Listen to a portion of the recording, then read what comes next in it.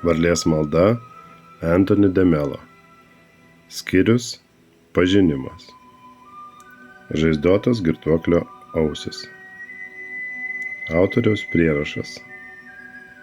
Žmonės niekada nenusidėtų, jei suvoktų, kad kiekvieną kartą nusidėdami jie naikina patys save.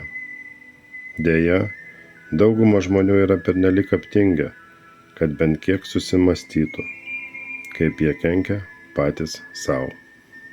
Pabaiga.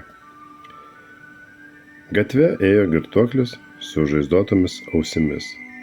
Bičiulis jo paklausė, kaip jam tai atsitiko. Mano žmona paliko įjungtą lygintuvą ir, kai suskambėjus telefonui norėjau atsiliepti, per klaidą pačiupau būtent jį. Taip, bet kas antrajai ausiai? Prakeiktas kvailys paskambino dar sykį.